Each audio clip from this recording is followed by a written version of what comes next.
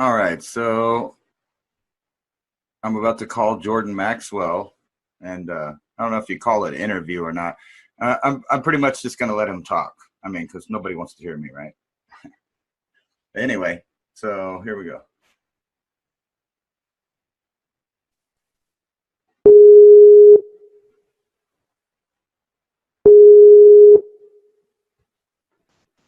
Hello. How's it going, Mr. Maxwell?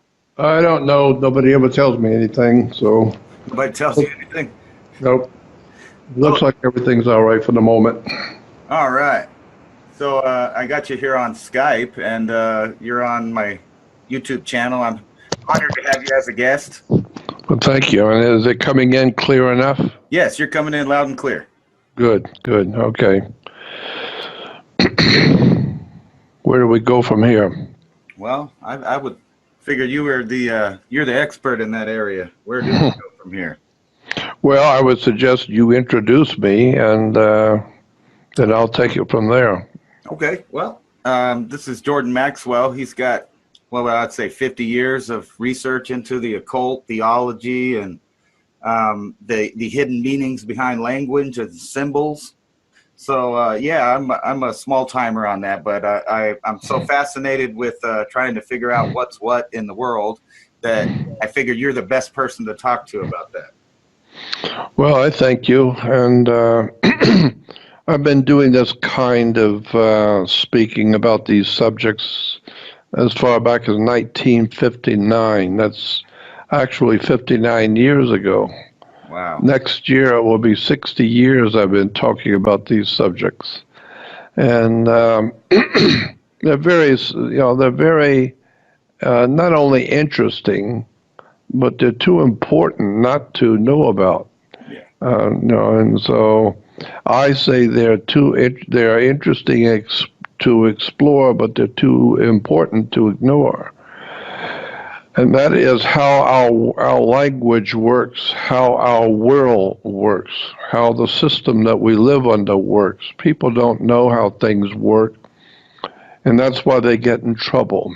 Yes. You get in trouble with the law, you get in trouble when you have to go to court. Some people go to jail, and other people lose everything they own.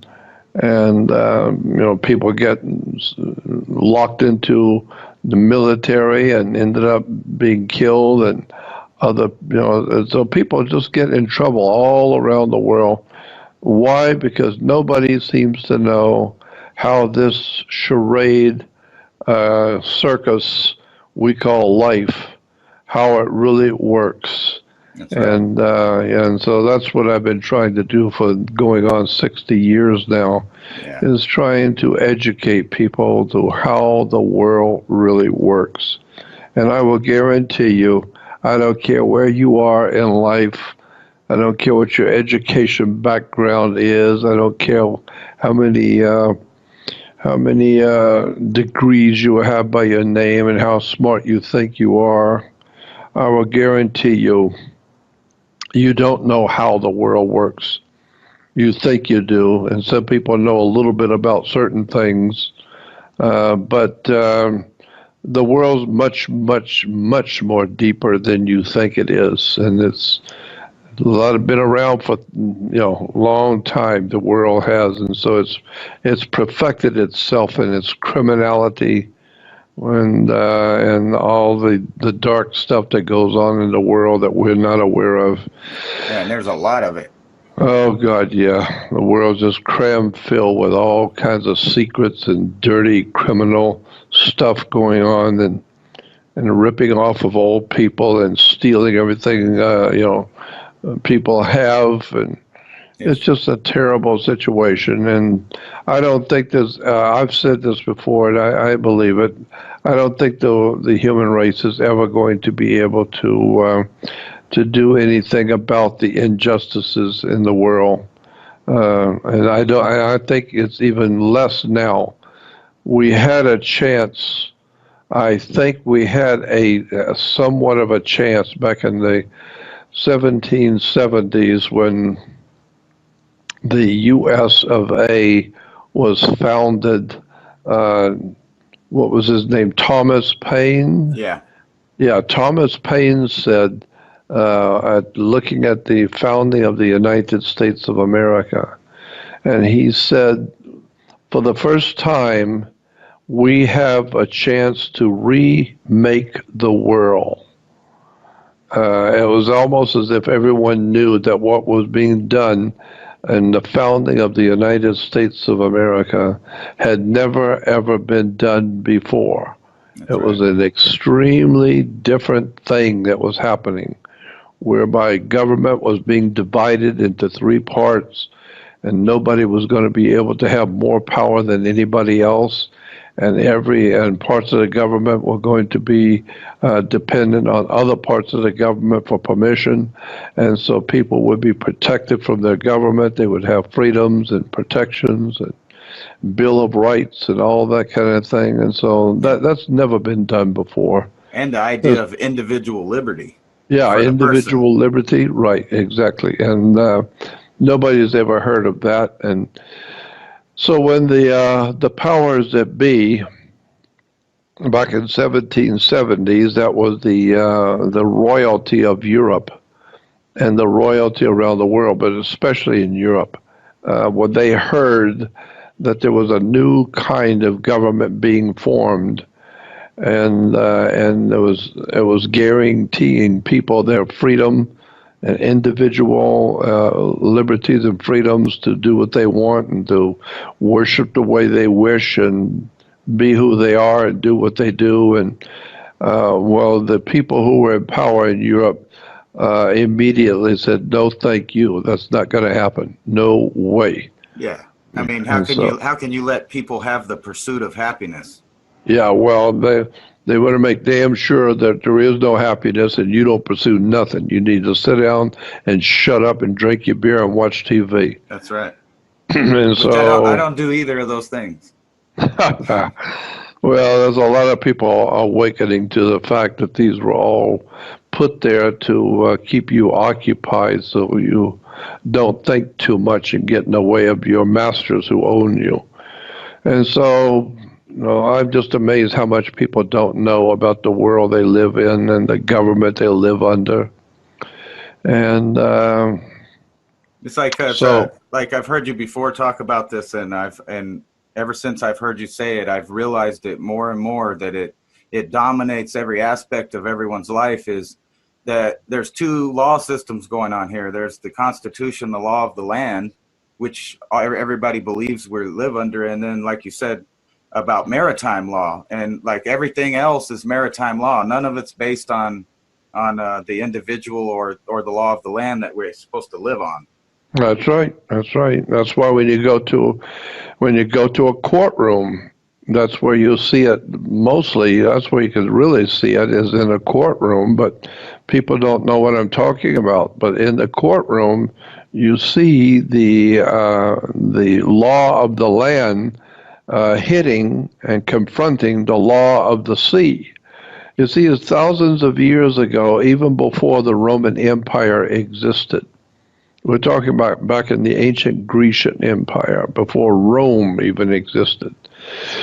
There was already the idea being expressed in governments of Europe, that in Asia also, that there were two kinds of law on the earth, because there are only two things on the earth. There's land and water.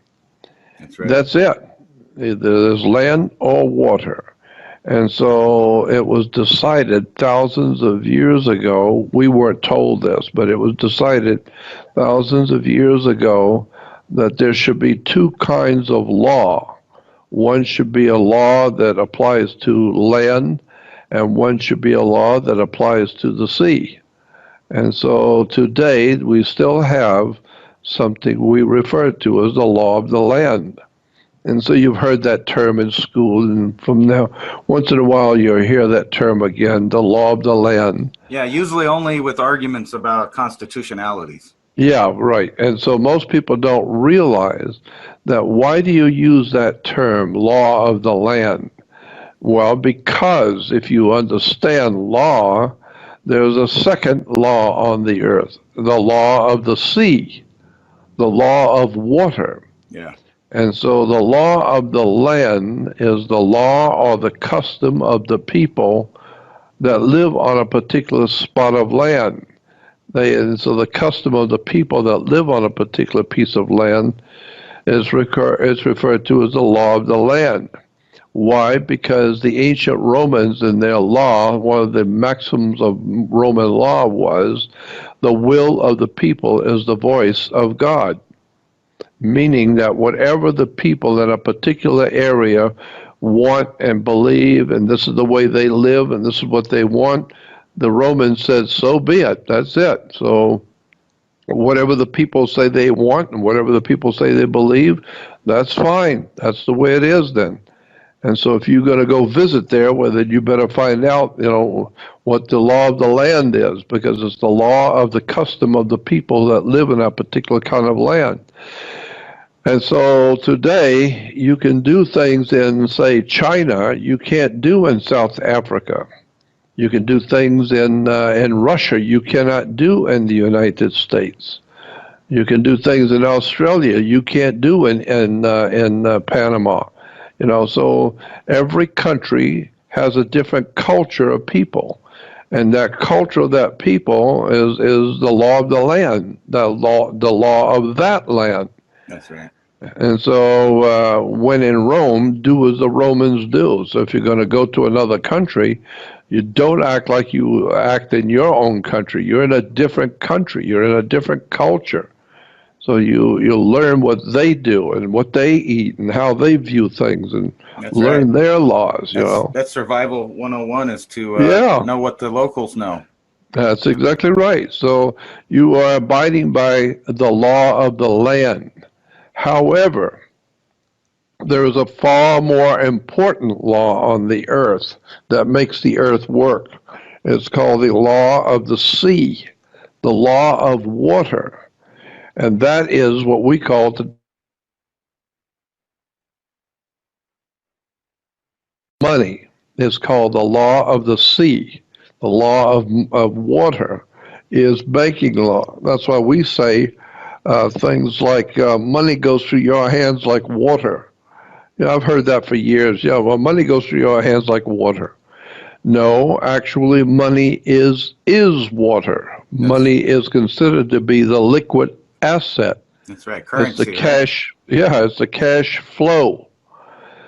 And so it's water. And so money does go through your hands like water because money is considered by international law to be water.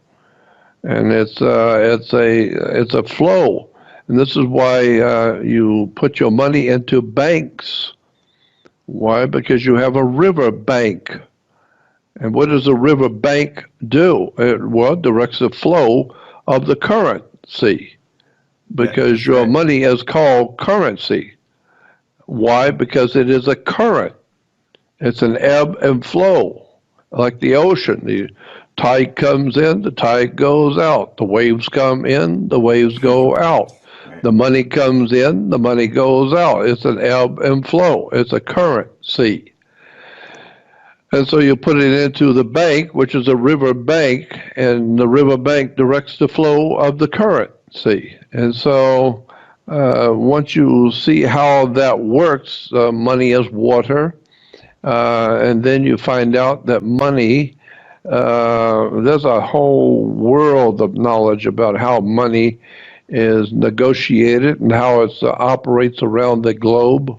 All over the world, nations of the world have their own economics, and yet the whole entire world is connected to one operation. It's called maritime admiralty law, the law of money. Yeah. And that's a whole story. Is this I mean, not to cut you off on this, but I know you knew Zecharia Sitchin and worked with him. Yep. And whenever I read these books, like the Book of Enki and stuff like that, they always talk about how when Lulu and Enki first got there, they came in the water and they wore fish suits and they set up kind of on the water first before he moved into land. So is that why everything's based like off of that point that he came from the water, he was the ruler of the water, and And so everything that they built from then on out is based on the water. Yeah, Yeah. and the rules that were set up with him being the master of it. Yeah, that's right. And since your body is over 76% water, you are considered by law, under international law, a man or woman, a human being, is considered by law to be a maritime product. And so, because you are 76% water, and when you were born, you came out of your mother's water. That's right. So her water broke and you came out. Well, and then when you came out, you were covered with water, and your lungs were breathing water when you were in your mother, and then you come out, and so now your body is 76% water. So you are considered a banking product. You are a human resource. Simply. Is that why it's the natural, like as soon as someone, any kind of family or business or anything, when they always call that, like you said, underwater, like whenever they're broke and they're of course in debt, they run to the bank, like the bank would save them. I mean, not like they're going to, but and like you said, when it relates to reality, if you're drowning and you're underwater, you're trying to get to the bank to get out and get on the land. Yeah, that's about it. I think you got it. Wow. Well, I mean, I didn't know that there was like a correlation. I just always thought of that when you said about people being broke and they're underwater. It always made me think of drowning, and then people. Well, we say people drowning in debt. Yeah, that's right. So, yeah, let me give you an example. Money goes through your hands like water. Well, because money is considered a liquid asset. Right. And so we say things that are all the different terms that we use and say every day that deal with water. For instance, we can say if you're really broken, you're totally out, then we say he's all washed up. Wow. I didn't even think of that one. Yeah. And why? Because, well, he's awash in debt. Wash in debt. Yeah. And so when you go into court, once you go into court, you're now in hot water. Wow. And you're going to need somebody to bail you out. That's right. And so therefore at the banks, they get flooded. They get flooded with bailout money. Wow, and they do that a lot, don't they? Yeah, and so your bank account has dried up, or you have an offshore account. Wow, yeah. Or you're drowning in debt. It's just on and on and on with that, isn't it? Well, yeah, I'm not through. Oh. And so you are laundering dirty money. Yeah. And you're doing it in the mainstream. The bank can levy your account. Don't worry, one day your ship will come in, but your house is underwater. And so when you have no cash flow, you float alone at the river bank, which directs the flow of the currency. And so we say not to make waves, because we don't want you to rock the boat here. So the reason why is because we run a tight ship, and we want to know if you're on board. That's right. Why? With laundering the money in the mainstream. And if you are, you can work in the shipping department, or the bank will levy your account. And so, even governments call statesmanship, and our government is called a ship of state. And so, let me explain something to you. That first of all, there's so much here I need to go back and set the stage for understanding all of this. First of all, every ship in the world, period, on the earth, any ship, a rocket ship, a sailing ship, any kind of a ship on the water or in the air, or whatever kind of ship it is, all ships must have a captain. That's the law. All ships have a captain. The captain of an airline, that's an airship. Or if you're an astronaut, you're a captain in the astronaut. Yeah, well, that's a rocket ship. Or if you have a sailing ship, well, then there's a captain on the ship. And the captain on any ship is considered to be, by law, God, G-O-D. A captain on any ship is considered to be God. That's the law. That's right. Meaning he is the law, period. Whatever he says, he's the law. You don't think so? You mess with a captain on board ship and they'll throw you in the brig so quick, throw you into a jail and report you when you get back on land, and you go into prison. Yeah. Because why? Because the captain said so. Period. Yeah. So therefore, you need to understand that when a ship pulls into harbor, I was going to say all ships on the earth, any kind of a ship, is always a female. It's always female by law. That's right. Any ship. Why? Because the captains always say, when they're talking about their ship, they always say, oh, she's a good ship, and she's done well, and she's this, and she's that.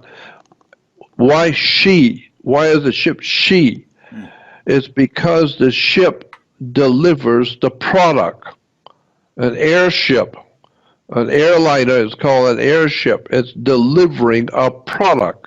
Yeah. What is the product? It's you. You are the product. And so the shipping company is making money by shipping you. And so all ships are female because the females produce the product. So in a marriage, the male manufactures, but the female is in labor, creating the product for the man. But he manufactured, and then the female is producing the product, and she's in labor, building the product. Yeah. And so, do you understand? So yes. Now we talk. So you just made another epiphany to me too, because you went through the whole maritime, like with the ships and the government and everything. So I guess that's why when a military person or wants to be in the military and they can't handle the maritime system, they get washed out. That's it. You get washed out. Oh, wow. That's it. And so when the ship is female, all ships are female. So when a sailing ship, like these big ocean liners, pull into a harbor, say from Japan with $800 million worth of TVs or Toyotas or whatever, the ship pulls into a harbor. Where it parks is called its berth, B-E-R-T-H, a berth. Yeah. So the ship is sitting in her berth. And so every piece of merchandise coming off that ship must have its own paperwork. Each car or each TV, each item must have its own paperwork. So it's referred to, the paperwork on board ship is referred to as a certificate of manifest. Why? Because yesterday, when we were all at the harbor, there was no ship here. But when you came in this morning to work, there's a ship sitting here. So it has manifested. Well, not only has it manifested, but it manifested $800 million worth of Toyotas also. Yeah. And so each piece has to have its own certificate of manifest. What are you talking about? Well, we want to know how much does it weigh and what color is it? And is it 2 doors or 4 doors? And what color is it? Does it have air conditioning, etc.? And what was the make and the model, etc.? And so why? Because we need a certificate to show its value and what it is that was delivered. And so this is why when when your mother is in her birth, she gives birth to you. And so the ship, she is in her birth. The ship is in her birth, and she's giving birth to you. And when you come out, you have to have a certificate, so it's called a birth certificate. And so when you get a birth certificate, it tells us, what are you, a Ford or a Chrysler or a television or what? No, you're a man. You've got two eyes, yeah. Do you have two legs? Yep, okay. And what color is he? He's black or he's brown. And who makes him? China or Japan or wherever, so that we now know what we've just added to the business of this world. We now know there's a new Japanese man and two black girls and one guy from China. And so that's the way they keep track on your birth certificate, because you are a maritime admiralty product and you came in on your mother's birth. And so your birth certificate has to be signed by the dock, because that's where the ship is sitting. It's at the dock. So the dock signs your birth certificate, and now you are a maritime admiralty product or a human resource. You're not a man or a woman. You're just here to make money, and the government's going to make money off of you. Corporations are going to make money off of you. Yeah. You might even possibly make a few dollars yourself, but you are a business. And this is what people do not understand. If you're a man or a woman or a child, by law, you are considered to be a corporation. You are a business. And your wife or your girlfriend is also a business. She is a corporation, just like General Electric and General Motors and Ford Motor Company. Your body, as a man, you are a corporation, and so that's why you, as a corporation, if you're going to get married, then she's a corporation. So now one corporation is going to do business with another corporation. So when I see you coming out of a restaurant, say 2 o'clock in the morning with some girl, and the next day I say to you, you know, that girl I saw you with last night, she is bad company. And you say to me, mind your own business. Business? Company? Yeah, and then I find out you're going to get married, and she's going to be your partner. Yeah. What are we talking about? Partner and business and company? And so therefore you are a corporation. And therefore one corporation is going to do some business, and thank God what you're going to do is none of my business. Right. And what I'm doing, it ain't none of your business. Is that why it's so important? Is that why there's such a big thing about listing the father on the birth certificate, because he's the manufacturer, like you said? That's right. That's exactly right. It has to do with where did it come from? Well, it came from your father. Oh, really? Was that German or Italian or what? And so, because why? Because you are a product. And so if we're going to sell you later because you are a human resource, well, maybe who we're going to sell you to, they don't like Germans. Yeah. They wanted an African. Okay, well then find a resource that's got an African manufacturer. That's the way it works. So anyway, and so now you understand why you have to have a marriage license. You have to have a marriage license because you're doing business. It's called sex. If you go to the library or get a law dictionary and look up the word commerce. Commerce is business. Yeah. Well, look up the word commerce in a dictionary. Look it up what lawyers know. If you're going to talk about a word, find out what you're talking about. Go to a law dictionary and look up the word commerce. And it will tell you that in law, the word commerce means sex. It's just business. Happily, that's none of my business. And who I sleep with is none of your business. That's right. But it is business. Why? Well, because if something happens, you don't go to the Lord and talk to the Lord Jesus. You're going to court. That's right. And you better bring your house and your money and your car and anything else you own, son, because that's just business. And that seems to be everybody's side action is trying to get into your business. They want in your business. What are you doing? What do you got? Yeah, and I would say it's none of my business who I'm sleeping with. That's my business. And then so that's, but if you're going to make it legal and join two corporations, that's fine. Anybody can do that, but you better get a license. Why? Because there's two corporations and they're doing business. And you don't do any business in this country unless you cut the government in on it. Yeah. Period. You show the taxes, you pay the fines and fees, and you get the attorney, and you sign the contract. Now you can do business. And if you come together and create a new product, like a baby, that product belongs to the corporation that gave you the license. Because if they're giving you a license, that means they have the power, you don't. So you need to get the license from them. Why? Because they are the boss, not you. Well, if they give you permission to do something, then they are part of what you're doing. And so when the baby is born, it has three parents, you, your wife, and the government. And you don't think so? Wait till the government decides to come take your child from you. Yeah.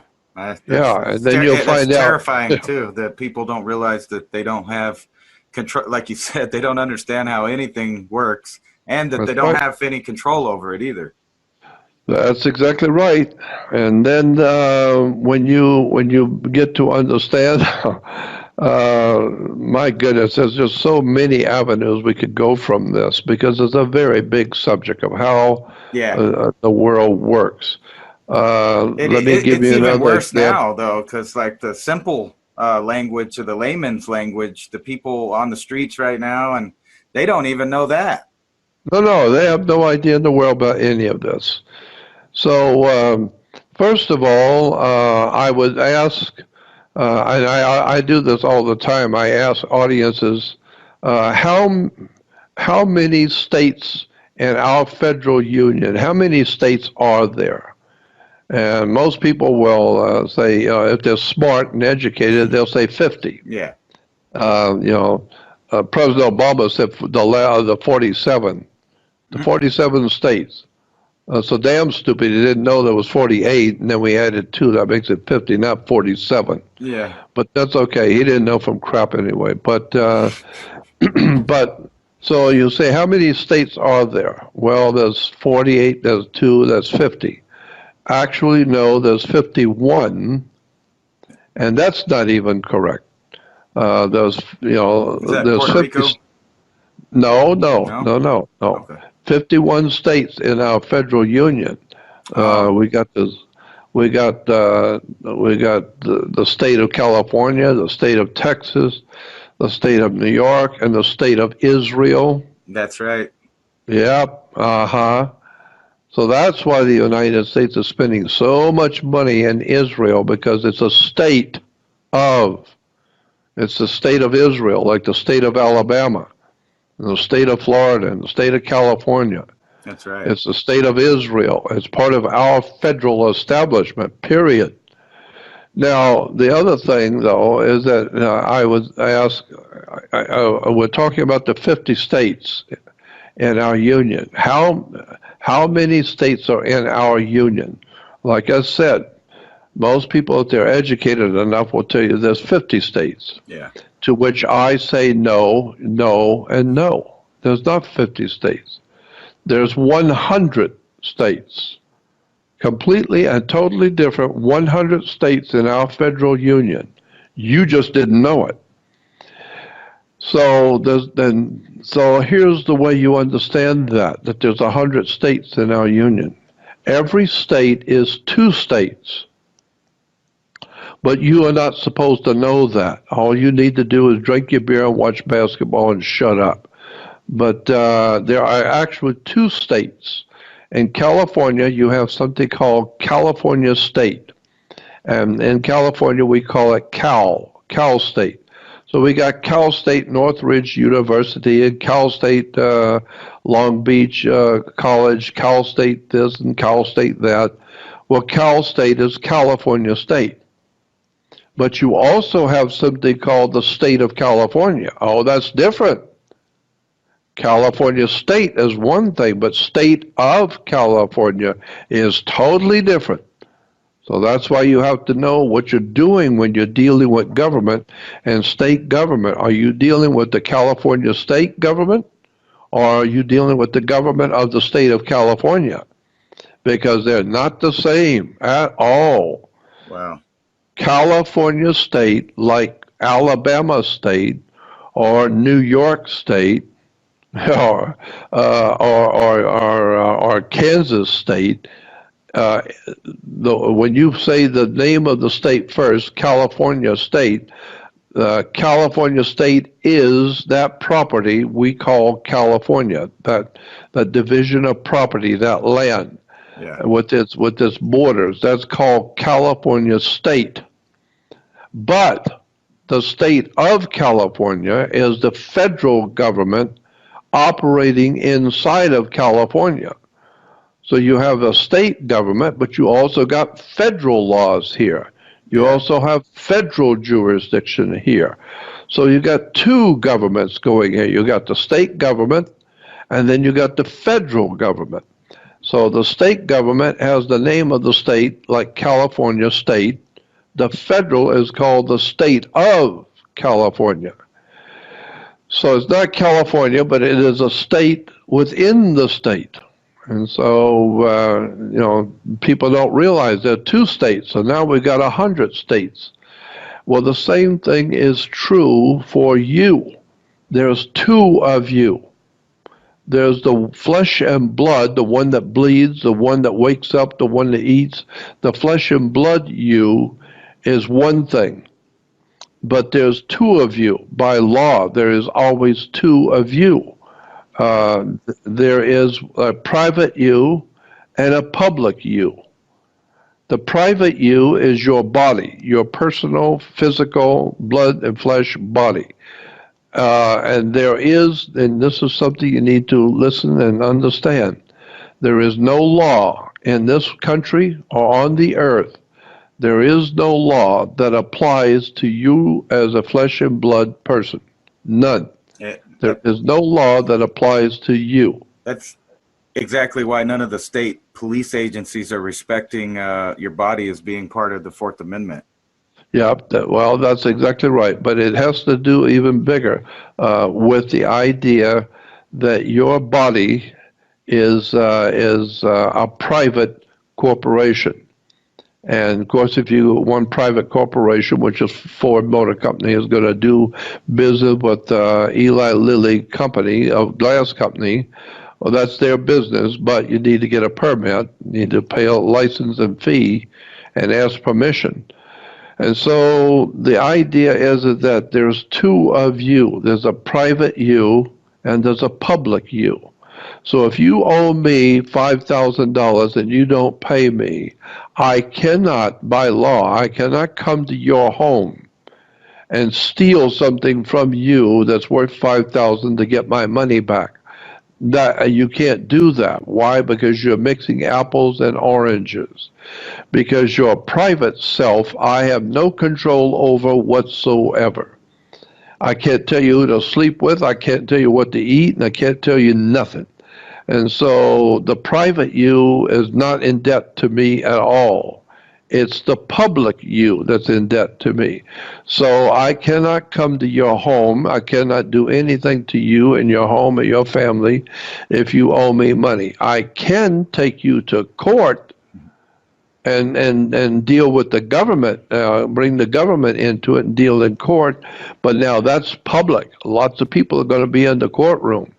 And this is going, and whatever that happens is going to be on the record, and people can go back 20 years from now and look at what you did, or look at what I did, and they can see the case. It's a public record. So therefore, there's two of you. There's the public you, which I can deal with in court, but there's the private you I can't deal with. And so understanding that, then there are two kinds of law. There's the public and the private law. Now, how do you know which way I am dealing with you, public or private? Well, the way you tell that in law, the way I can tell if I was a lawyer and looking at a case that you're involved in, I can tell immediately how I'm going to deal with you, because I'm not going to be able to deal with you privately. It has nothing to do with private. But I would deal with you lawfully in public, okay? So how do you tell the difference between you and the public and you and the private? It's how you sign your name. If you sign your name with the first letter being capital and the rest lowercase, upper and lowercase, then upper and lowercase, that represents your flesh and blood body. That's your personal flesh and blood self. And your name is what starts with a capital letter, then lowercase, capital letter, and lowercase. I have no way at all to deal with a capital and lowercase name in a court. I cannot deal with it in court. That's your personal, private self. So the only way to know how to deal with you in the public is the way you spell your name. And so in the public, your name must be in all capital letters, period. Your driver's license, your insurance company, your gas card, your grocery bill, your house payment, car payment, I don't care what it is. If it's a piece of business of any kind, your name must be in all capital letters, period. End of sentence. That's so ironic. I mean, I've never heard that part before, but all of my aliases, as far as entertainment or whatever, like my channel and my name's on Twitter and Facebook, I always capitalize the whole thing if it's not my name, but that's just a coincidence. But yeah, so my, I guess stage name is all caps, but when I write my name as a person, I always, upper and lowercase. Yes. I didn't even know that was a thing. Well, that's the correct way to do it by law. The actual correct way in law, if you're in court, and if you're in a federal court, and I'm suing you, and here on my lawsuit, I have your name right here in front of the judge on this lawsuit, and it's an upper and lower case, the judge will throw it out. You don't have a case. Get out of here. It's over. Wow. Why? Because the only way you can deal with another man, another human, is with all capital letters, because that is your public persona. That's your public name. Yeah. I can't deal with you in the private. I got no dealing with you in private.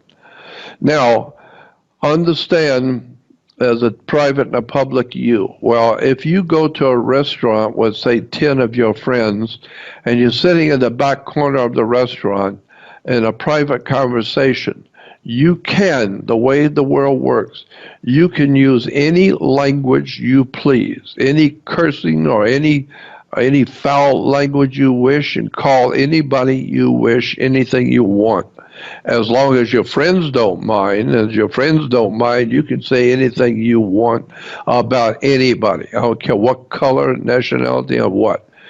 Why? Because that's a private conversation between you and your friends. So what you say in private is nobody's business but you and your friends. Yeah. But if you go on radio or go out on the stage before a huge audience and start using those same terms and those same words and cursing, that's totally different.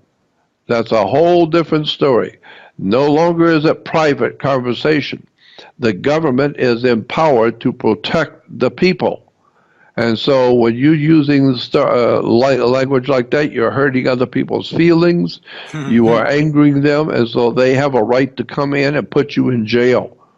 You can be sued and put in jail for using curse words and stuff and calling people names and racial terms and all of that in public. So That are you telling me that legally you only have free speech in private? Yeah, you only have free speech in private. That's exactly right. You can say whatever you want in public as long as you watch your mouth, because if you say anything against somebody else or you call them by some derogatory term, then you can get in trouble.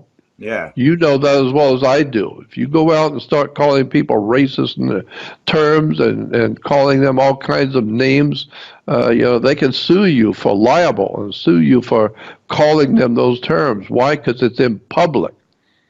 They don't care if you're a Ku Klux Klanman and you really are cursing and ranting and raving about blacks or Jews or whoever, as long as you're in the church with the rest of your Klan members and it's private, just between you and your friends in church.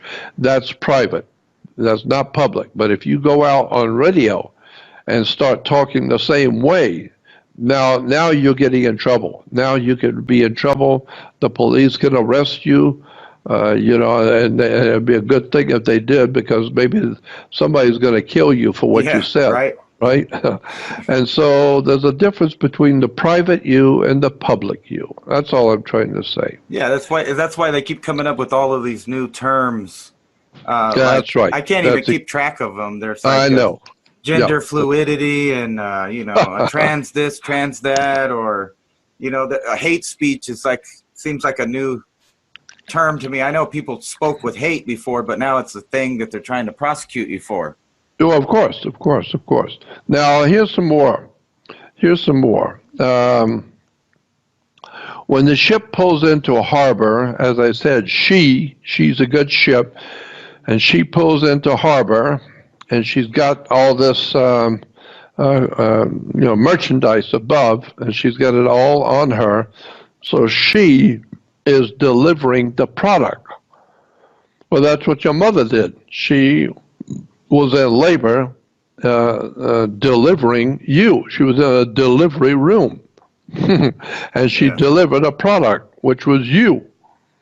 And so that's why you have to have a birth, B-E-R-T-H, birth certificate. It's got to be signed by the doc, because that's where she was sitting, by the doc in her birth. Okay, so now what you need to understand is that, now just hold on and let me think about how to say this. There's two kinds of law, the land and sea, the land and the ocean. All right, in Latin, the sea, the S-E-A, the water, the land, and the sea and the ocean is M-E-R, mer. Mer as in mermaid. Yeah. Or mer, mer is the sea. And so we say, and we've even had songs that say that the sea is enchanting. It's referred to as the enchanting sea. Why? Because if you go out by yourself and sit on the shore or sitting on the dock,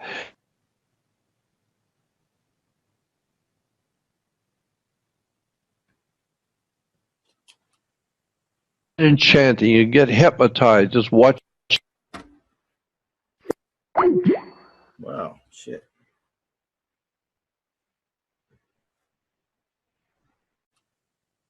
Enchanting, you get hypnotized. Just watch. Wow, shit.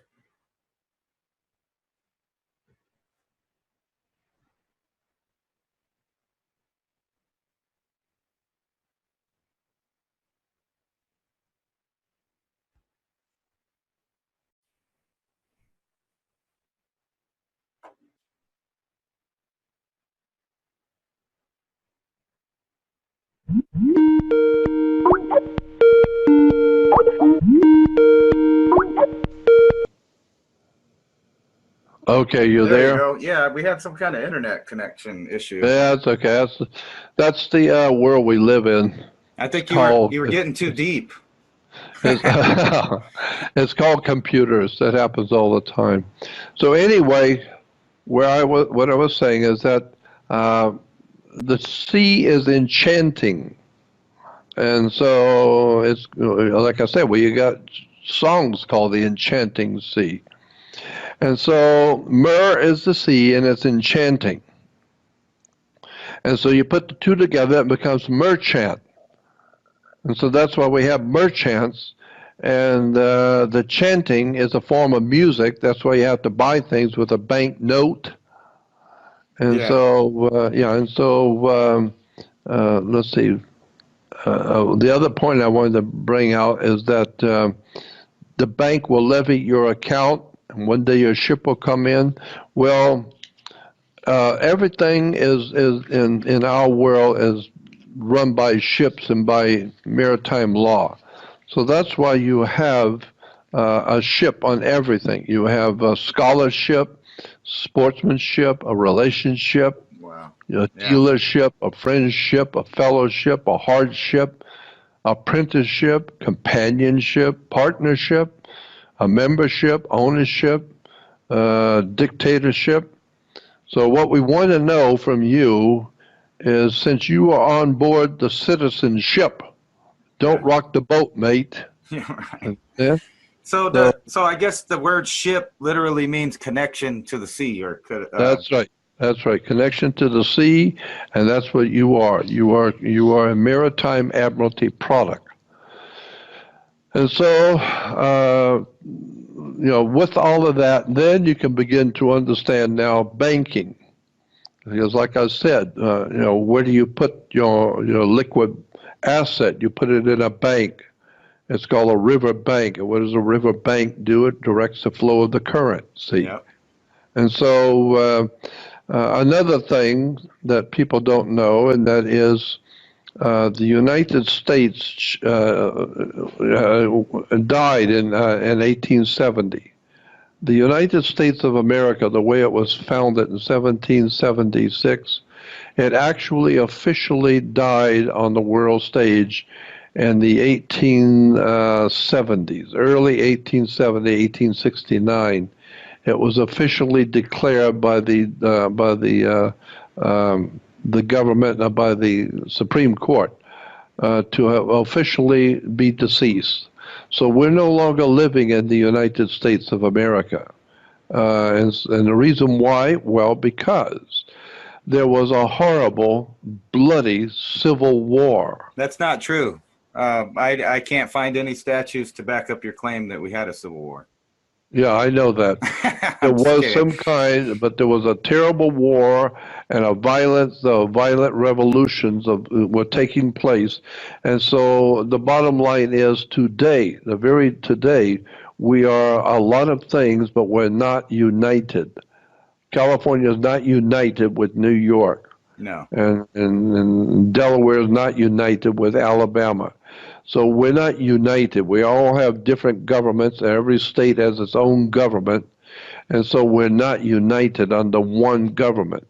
Every state has its own governmental system, its own governor, its own legislature, etc. So we're not united anymore. So the point I'm making is that you cannot call yourself a United States, because we're not. And so we're just different corporations that work with each other, but we're not united.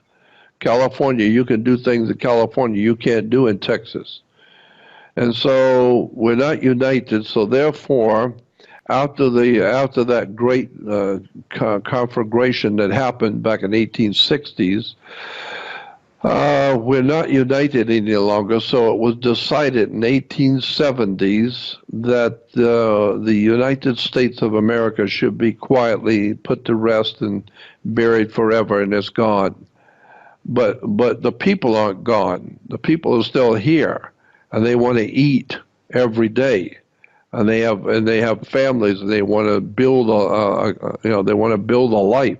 Yeah. And there's millions and millions and millions of them. So if you don't have a country, well, you better come up with something, because the people are already here.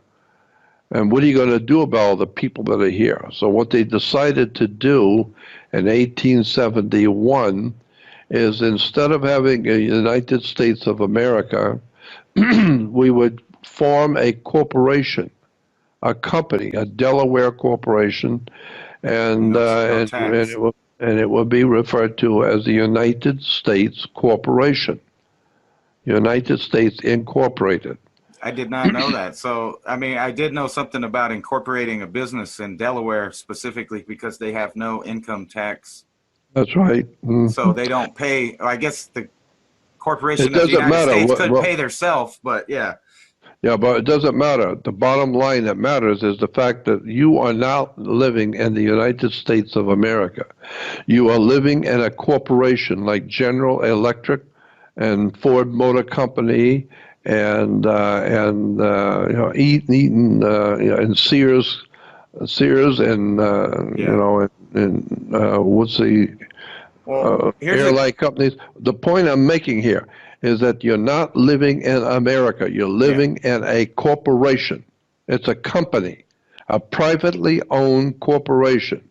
It's called the United States Corporation. It was incorporated under corporate law in 1871. And it's a privately owned corporation. So what you need to do is find out who owns this corporation called the United States Corporation. Now you're opening your mind to a whole new kind of thinking and you're not in America, land of the free and home of the brave. You're in a company. Well, since you said that, I have two questions directly about that. Is it possible to find out on the original paperwork who filed as the owner? And two, if humans are products, can our corporation of the United States government sell us as a product to another corporation? Of course they can. Of course they can. And they do it every day. And if you get your original birth certificate, not a certified copy, but if you can find your original birth certificate, it has to be given back to you because it belongs to you. It represents your body. And if you get your original birth certificate back, you will see that it's written on bank paper. It's written on bank security paper. All that little design around the outside edges is a security paper, like a bank security. And on the back of your birth certificate are all kinds of banks stamping it. It will have tons and tons of bank stamps on the back of your birth certificate, because your birth certificate is a certificate of manifest representing you as a maritime product, and you are worth on the New York Stock Exchange as a product right around $2 million. Some people are $6 million. And so every man, woman, and child in America is worth somewhere between $2 and $4 to $6 million on this New York Stock Exchange. And so you can go on the stock exchange as a way to do it, and basically, very fundamentally, there's a way to do it correctly, but I'm just giving you a fundamental quickie understanding. Yeah. You can go to one of these companies like Standard & Poor, or one of these companies that keeps track of people's securities and how much they're worth, etc. And you call them and tell them you were cleaning your grandmother's attic and you found a security and you wanted to know if it's still of value.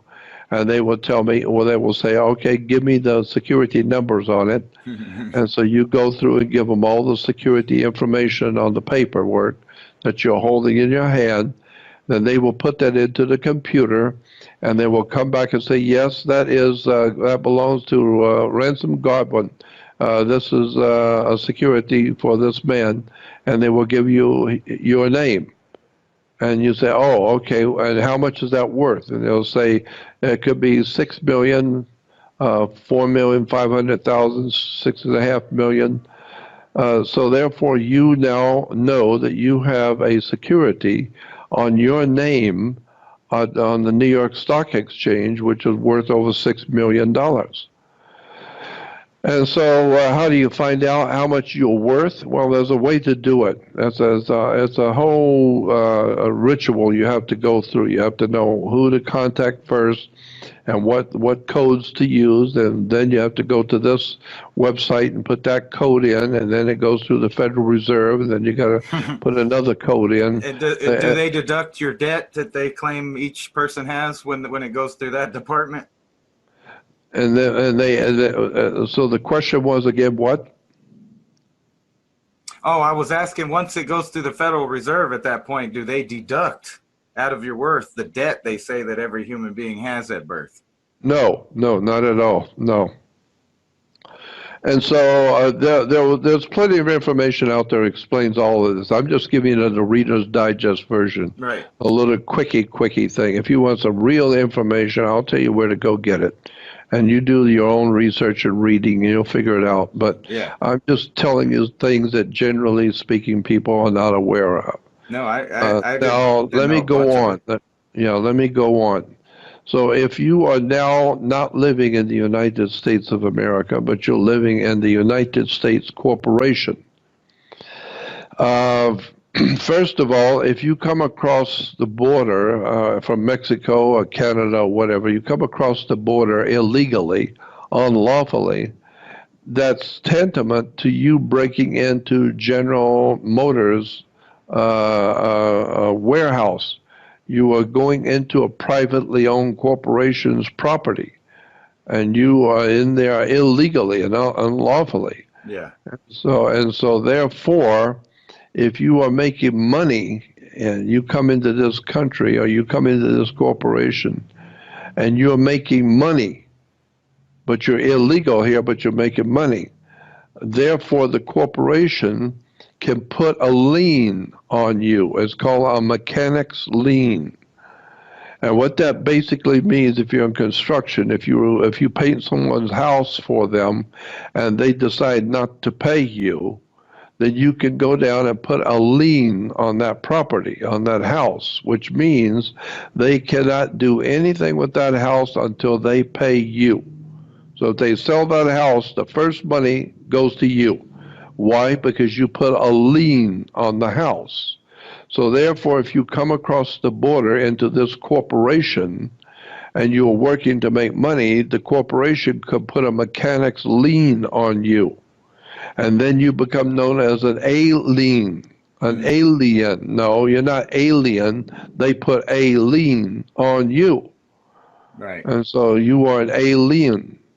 And so once you start to get the hang of what I'm talking about, the entire life you live is a business. Yes. And thank God your life is none of my business, and mine's none of your business, but it's a business. And so the bottom line, at the end of the day, you're not free. You are nothing more than a human resource, something to be bought and sold. We need oil, we need rubber, we need gasoline, we need steel, we need timber, and we need you. So you are a resource, a human resource. And so once you understand how the world really works, you're going to find out that it's a whole different world out there. And I brought up the subject of the courtroom. I said that's where the maritime admiralty hits you in the face with the law of the land. Yeah. Because when you walk into a courtroom, the people sitting in the audience of the courtroom are sitting out here where the audience is. And then there's a gate, a fence. And in the middle of the fence is a gate. And so when the lawyer comes in, he walks up to the gate and he puts his hand on that piece of wood that crosses over the top of the gate. It's a piece of wood that holds the gate together. And so it's called a bar. Yeah. But you are not licensed to pass the bar. You don't have a bar license. You're not past the bar. Only the lawyer can pass the bar. So he opens the gate, which is a floodgate. It's a water gate. It's a floodgate. Yeah, the water gate. Yep. That's right. And so it's like in the canals, the great canals of the world, when they open up the gate, the water comes rushing in, and it lifts the ship up higher, and then it closes the gate, and then you go a little while, opens up the next gate, and you're in deep water. Yeah, you're in deep water. So does this Or all you're originate from space and being fluid? Like say it again. they always refer to space as being a fluid. It's fluid. It's not like Yeah. empty. It's fluid. So, and then you were talking about everything that flies or goes anywhere or delivers things is a ship or a shipment, and they always call it's a spaceship. So That's right. And so the Earth is referred to as a space vessel. It's a vessel in space. We are the ship in space, the Earth. that's right. And as the Earth goes through space, we're sailing through the universe, so to speak. And so, therefore, we are a vessel. And this is why you have blood vessels, because the blood, it keeps you alive, keeps the product alive. And so you are a maritime admiralty product, so you have a blood vessel. And the vessel pumps water through your system, and it's red, so we call it blood. So, I mean, we could go on for another 5 hours talking Yeah. about all of the intricacies of law and courts and Words. and banks and all of that kind of stuff, and money, and how we are nothing more than slaves. But that's all we are, is slaves. We've been created by someone. Someone created us to be slaves. And so that's why we all act like we do. We all act like we're slaves, because we are. Yeah. And you don't think so? You do something without asking permission. No, And see I how know it. fast. I know Yeah. for a fact I've been treated like property by our corporation of the United States before. Yeah. And actually, you're going in the right direction. That drives my mind is actually who are the people that we are slaves for? Are they still around? And, Yeah. And this, when I listen to Zachariah Sitchin's version of, like in his books of Genesis and how we were formed, it makes way more sense to me than any of the other things, because I'm thinking about biological people. They're coming here. They have all the same desires and flaws and things that seem to have been given to us.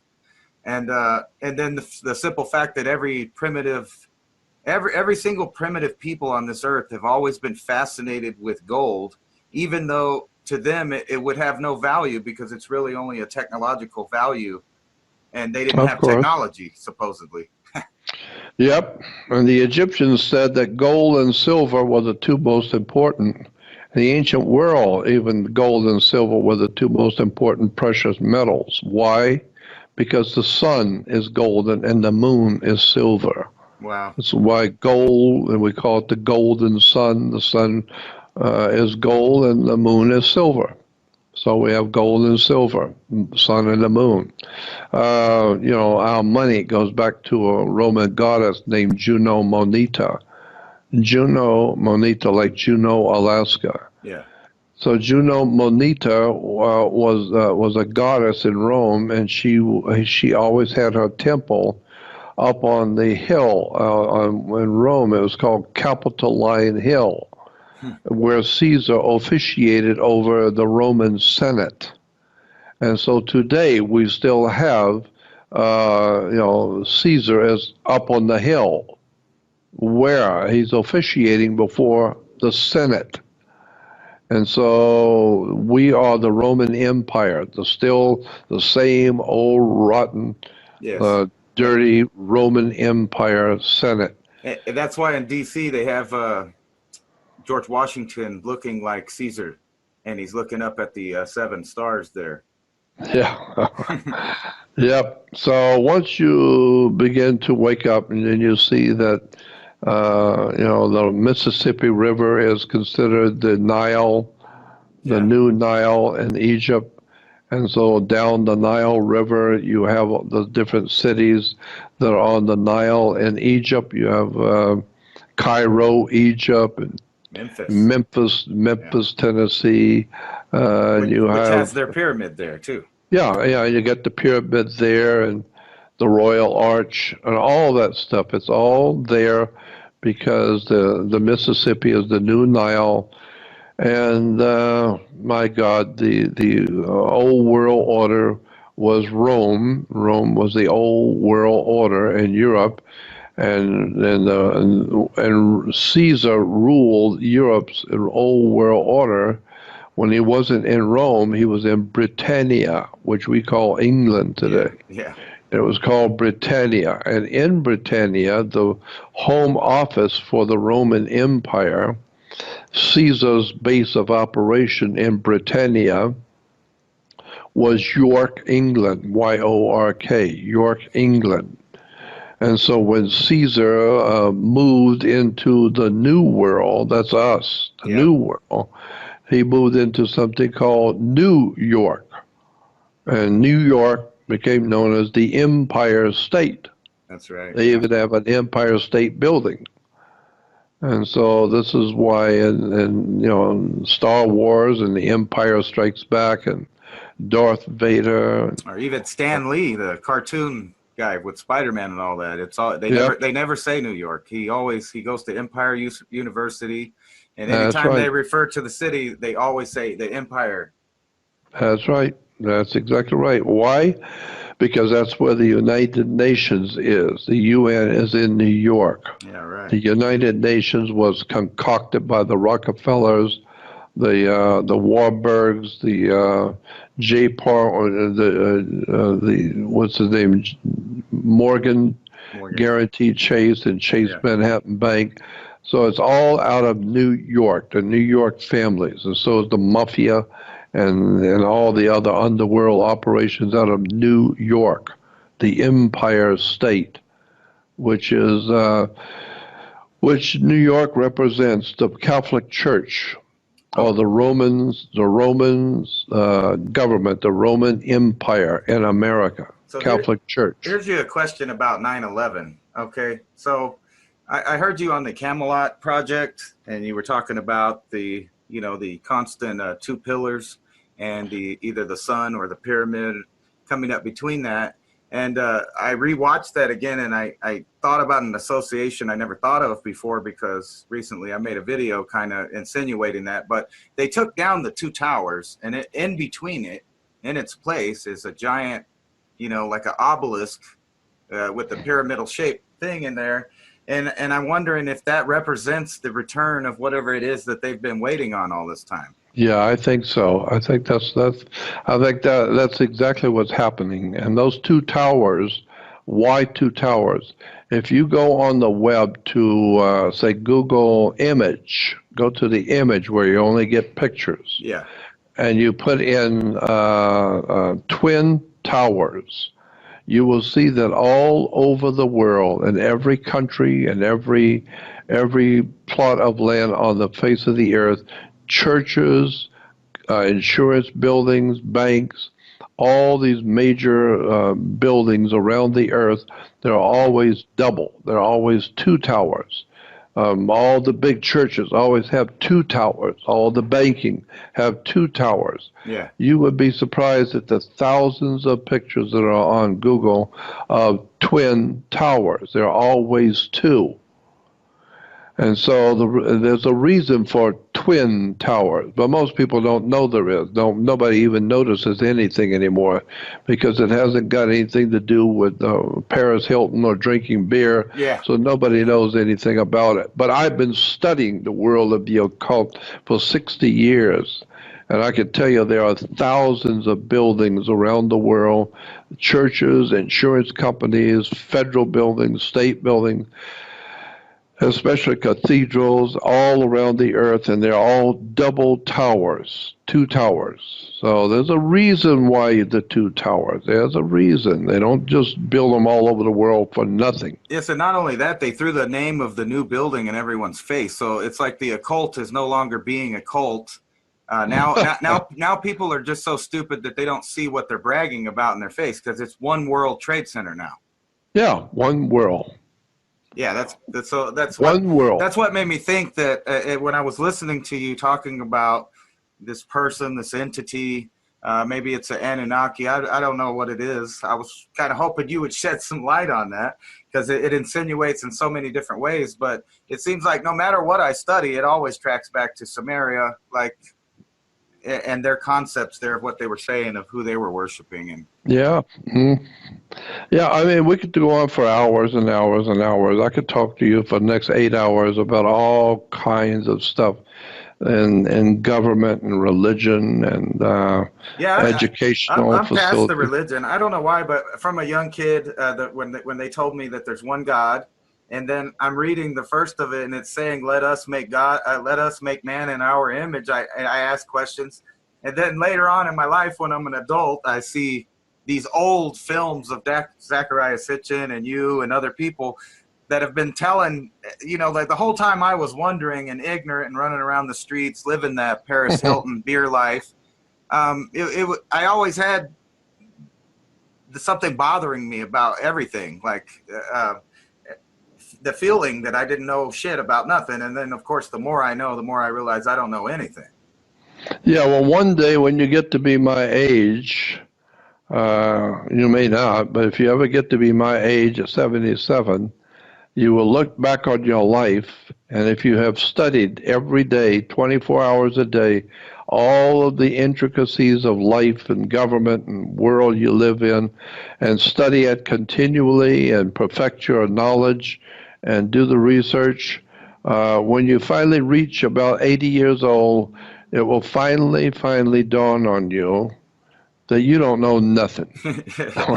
Period. Well, you don't know shit. What do you think about this concept in today's new reality? With we live in the idiocracy world. Yeah, I'm pretty sure they're about to do the major reset of information again, like we've seen in the past. The Library of Alexandria, all of that. I'm pretty sure they're about to do it now. I see it wouldn't coming. be a bit surprised. They Yeah. just turn the internet off, burn the books, tear down the statues, and then we're reset. I mean, they could tell us anything from that point. I mean, like our grandchildren, they can make up whatever story they want to make up.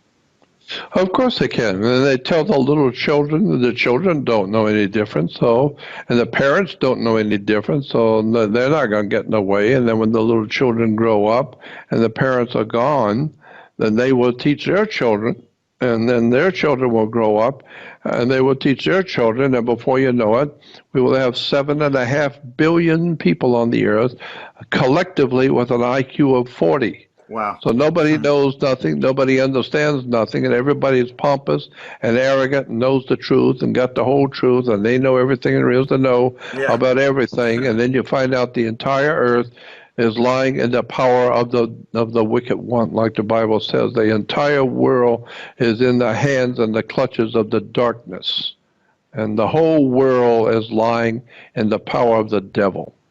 The entire super race of the world is totally ignorant, ill-informed, unread, and have no idea in the world where we're going, where we've come from, or what we're supposed to do while we're here. Nobody knows. Just go drink your beer, watch TV, and shut up.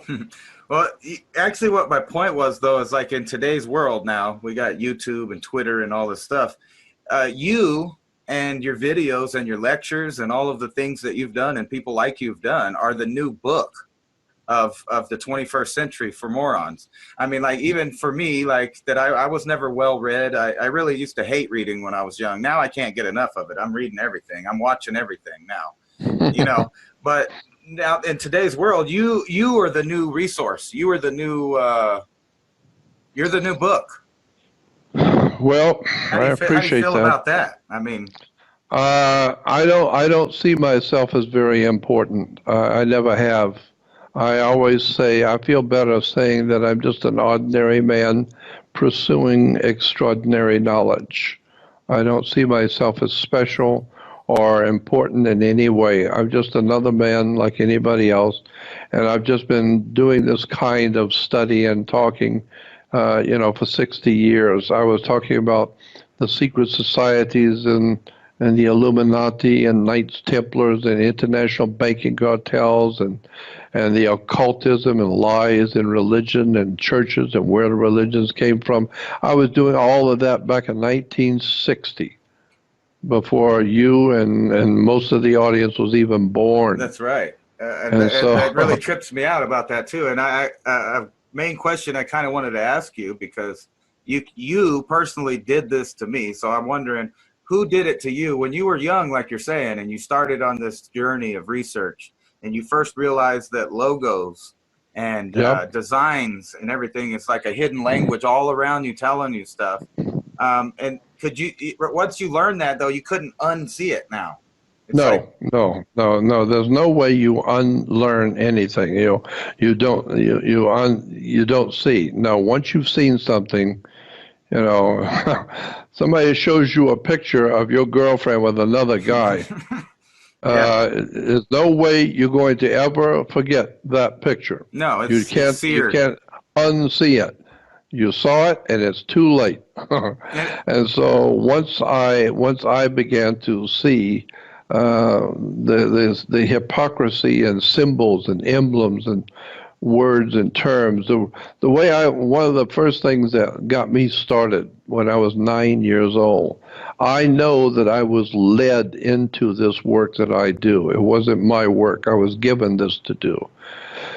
I was led into it, but I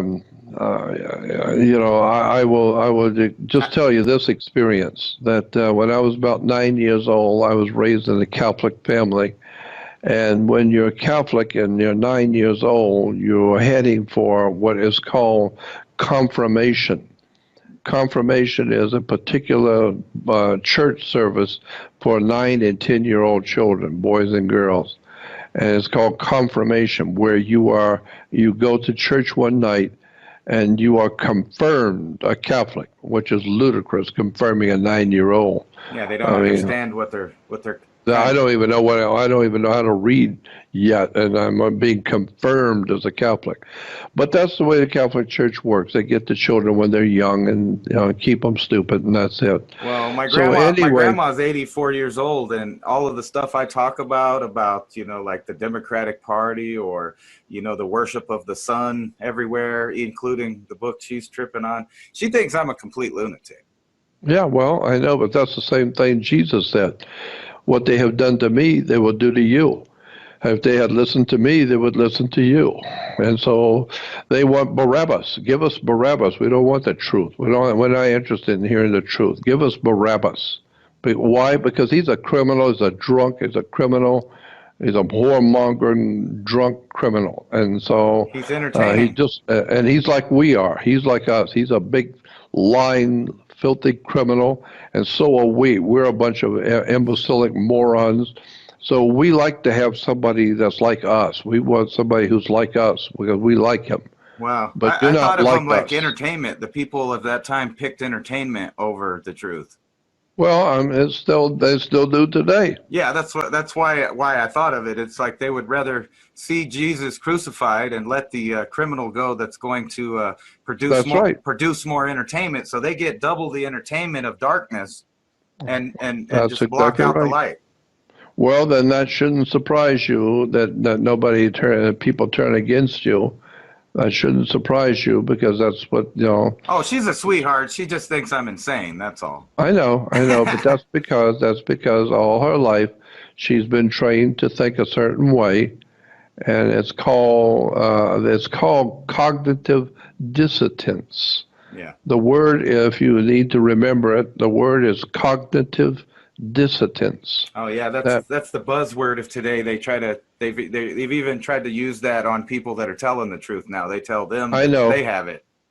Yeah, well, what it means is that if you've been born and raised and believe something, and one day when you get to be 70 years old and you find out that what you've been believing all your life wasn't true, it was a lie, you don't listen. You won't listen to it. You'll stick with the idea that you know the truth, and that somebody is trying to show you something that's a lie. And so, light is equated with brilliance. Do you think that's inherent in human beings as being created a slave, that there's a Stockholm syndrome built into our DNA to Oh, not want to heavens, believe yes. that? Heavens, yes. Heavens, yes. I mean, my Lord, that's the way it's always been. That's the way it is now, and that's the way it will Yeah, always because that's be. always bothered me about human beings is we don't. I even had a guest on last night, and he's a straight arrow, down to earth, only believes what kind of the supposedly news stuff, but even he thinks we're aliens because we don't fit into the environment in any way, shape, or form. It's like we have, Well, I tend to think about that. I tend to think that too. I think we are aliens. yeah, and we We have don't fit into the environment. instincts that don't belong on Earth. That's right. We certainly do. We certainly do have all kinds of reasons to think that we humans are aliens. We're the only ones on the earth that don't fit here. And so all of that is very true. I mean, I was in business for many years. I was in business with Zachariah Sitchin. I financed him to go around the world. I got him on television and radio and helped get his books published and promoted him on the speaking circuit. Yeah. So I was in business. I was in business with him. I sat and talked with him for hours and hours and hours. So yeah, I just literally, just to refresh myself, I watched your personal interview with Zachariah Sitchin again, and he would have been like the another person I would wished I could have talked to in my lifetime, but unfortunately I didn't. I think what woke me up in this world was when my kid was born. I had to start thinking different in order to protect him. And that just led to me finding out one thing after another thing, and then that whole avalanche of knowledge. And then, of course, that occupies my time now. I don't care about money. I don't care about things like that. I know I'm temporary, but I would like to reach a conscious level where I think I might know a little hint of maybe is there what I'm here for, other than to serve someone else's purpose. Yep, I know all about it. Yep, I know all about it. I was your age too. I always tell young people I spoke to universities and colleges all over the country and all over the world. And I always tell young, college-age kids and high schoolers that I have an advantage over you because, you are 15 years old. Yeah, so was I know. And then when you get to be 20 years old and I know. I was 20 years old too. So whatever it is that you've done, whatever it is you've done, I did it too.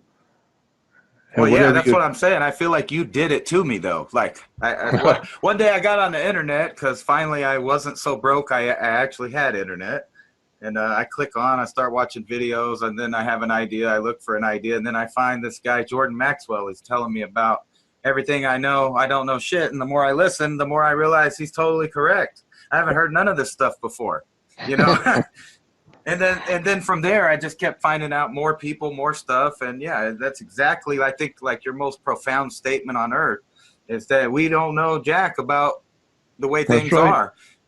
And that's exactly right. So my main question, I guess, for you is this dark one, is this a biological thing or a spiritual entity or both? I think that we are living on this earth with biological personages. I think they are persons. I think that there are intelligent individual creatures that we call angels or poltergeists. Yeah. Are you talking about? I mean, like I want to give it a name. Are we saying Anunnaki? Because that's who I picture. The Anunnaki are supposedly actual EBEs. The U.S. government calls them EBEs, extraterrestrial biological entities. Yeah. So they're extraterrestrial, but they're biological. And they're not human, they're entities. So their EBEs are extraterrestrial creatures that have come here from somewhere, and they are smart enough to get here, so that means they're smarter than you are, because you didn't go there, they came here.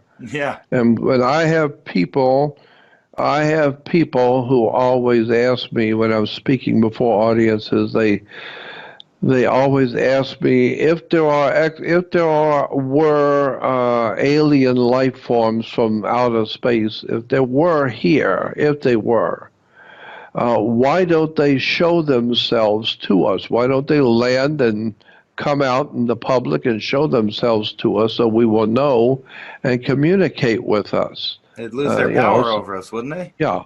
Well, no, my answer is always the same.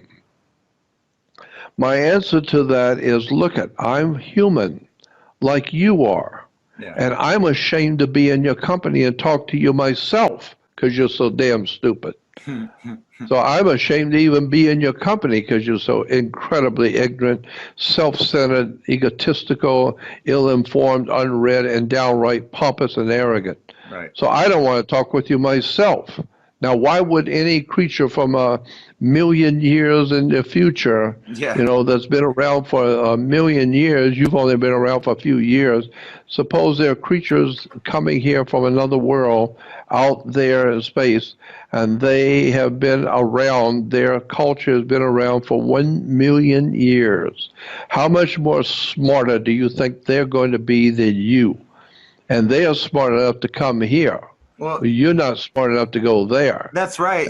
But I feel like they gave us something, and I feel like my whole environment, my everything about life today is to prevent human beings to get into that point that they were right before the Tower of Babel, where they actually had the capability of using the genes we were given, like our mental capacity, maybe even life, our lifespan, because we got the little caps on our DNA to not let us live past 120 years.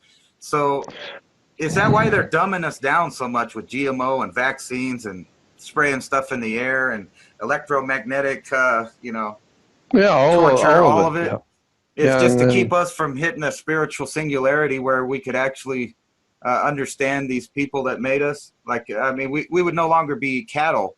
I heard a whole argument there in the book of Enki between Enlil and Enki, about that they had rules not to have slaves, and Enki was telling them, this won't be a slave. This will just be a helper. But then, but then later they got mad because, he didn't like the way we were sounding and we were building shims and there's nothing that they couldn't do that we couldn't do now. So it's like we got mentally retarded and it's happening again. Yeah, of course. And it even says that in the Bible, in the book of Genesis. It says, after the God says, come, let us, whoever us is, come, let us make man in our image and after our likeness. Well, first of all, later on it says, and God said to himself, look at man. See, he has become as one of us, knowing good and evil. Meaning, you put your DNA into this creature and made him like you. So he looks like you and thinks like you. Well, the problem is he thinks like you, and you're a criminal, and so is he. And he's building rockets and laser equipment and atomic bombs and all kinds of stuff. He's like you. He's like a demon. He's like an angel from another world. This guy is smart. They're putting together DNA and recreating all kinds of creatures and building rockets and going to the moon. See what you did? You should have just left these chumps like the Neanderthal apes that they were. You should have just left them alone, because now you've created a serious problem and you're going to have to deal with them. And you better deal with them now, because they're getting smart. Yeah, they're putting nuclear rocket heads onto the rockets. They're coming out here into space, and pretty soon you're going to have to deal with them. And don't think you're going to come with your flying saucers and your UFOs to scare them. They're not scared. They're getting a whole defense system set up with lasers that can shoot you out of the air. You've created a problem. Yeah. Well, at the same time, it feels like that, when I look around at these experiments that the elite are doing, it all adds up to terraforming, but obviously they are not terraforming for the human being. Oh, no. They're doing something, but it ain't for you. They're just going to eat you. Anyway, I'm going to have to go. All right, Mr. Maxwell, like I said, this is literally, like, in my opinion, one of my life goals was to be able to talk to you in person. So Well, I I really am appreciate honored it. and appreciate you coming on my channel. Well, I appreciate it, and put it out there, and maybe somebody will learn something from it. And keep in mind that my website is Jordan Maxwell Show, SHOW. That's right. Very important. And I'll make sure to put some graphics on there where they can actually see the website. Right, right, Because I right. know you got this. What is this? I can't really exactly remember. I remember listening to you talking about somebody pretty much tried to copyright and they stole your stuff. Yeah, well, I'm not talking about that anymore. All I'm talking about today is No, that my that's fine. website, But yeah, now you're my website, jordanmaxwell.com, and that's all anybody needs to know. Jordan Maxwell Show. Yes, show. Excuse me. I'm sorry. Uh, I knew yeah, that, though. yeah. There is a JordanMaxwell.com, but that's not me. Yeah. So it's JordanMaxwellShow.com. And that's the one And with you with the two lovely ladies there you're posing with. yeah, so just go on JordanMaxwellShow.com. You'll see me. You can email me and whatever. And And you got like tons of wonderful shows on there that you've already done, right? Yep, a lot of stuff on there. You can join my Research Society website too. Join my Research Society website, and that's where I'm putting all of my research material over the years. I'm putting it all up there for everybody to see.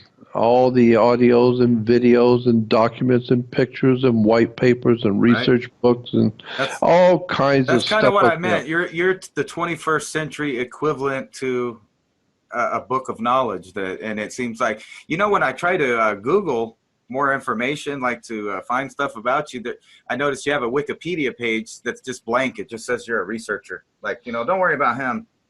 That's nothing. Yeah, well, the reason why I don't have a Wikipedia is because I contacted them back in 2005. Yeah, 2005, I think it was. I contacted them and told them I do not want a Wikipedia page ever done on me ever. Yeah, because you can speak for yourself. If anybody ever does one, I will sue Wikipedia. So do not ever put anything on Wikipedia about me, or I will sue you. So I think they understood, and so they've never put anything on. And the reason why is I don't want anything on Wikipedia. I will sue them if they do. And the reason why is because I'm tired of people putting on all kinds of lies and deception and innuendos and spewing their bitterness and their hatred for me and calling me names with ad hominem attacks on my family and my name and my work and my reputation. I don't want to be, I don't want to be treated like that in the eyes of the public anymore. I'm tired of being treated like a fool. Well, so, I don't see you that way. I told you straight up. I view you as one of the founding fathers of our age of thought and truth. I appreciate that, but there's a lot of people out there who abhor my very existence. They want me dead, off the wall. They want me dead, out of the world, off the planet, and shut up. They're tired of hearing me exposing them. Well, I think you're the literal cat that got out of the bag, and I don't think they can get you back in it now. Even long after you're gone, I have a feeling you'll be a permanent presence in humanity. Well, I would kind of hope so. That's what I wanted to do all my life for 60 years, is just be a beacon of light in a dark world. So when people don't know what's going on, just come to my website and listen to me, and I'll tell you where it's all comes from and where it's all going. And so that's what I do. I do it to help my fellow man. But in the process, I get a lot of hate mail, a lot of ad hominem attacks on my family, on me, on my name, on my reputation, on my work, calling me everything they can, attributing to me that I'm a government agent or CIA or I'm a Nazi or something. And yet, if I were a CIA agent, at least I could pay my rent. For Oh 14 my years, God. I lived in a dirty little one-room office, sleeping on an airbag, with nothing, broke. So I figure if I was working for the government, at least I'd have an apartment. Right. So all of this nonsense you're hearing about me and bad-mouthing me and calling me names is because there's a lot of people that do not like what I'm doing.